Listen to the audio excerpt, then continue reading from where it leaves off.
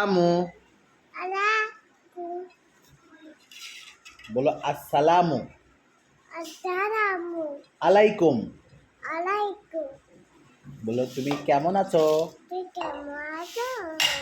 তুমি কি ভালো আছো? তুমি ভালো আছো? বলো আলিফে আল্লাহ বলো আলিফে আল্লাহ আলিফে আল্লাহ বানিয়েছে। আল্লাহ আল্লাহ আল্লাহ জিকির করো। আল্লাহ আল্লাহ দিলে দিলে তাহলে ফিকির করো। পিটি করো।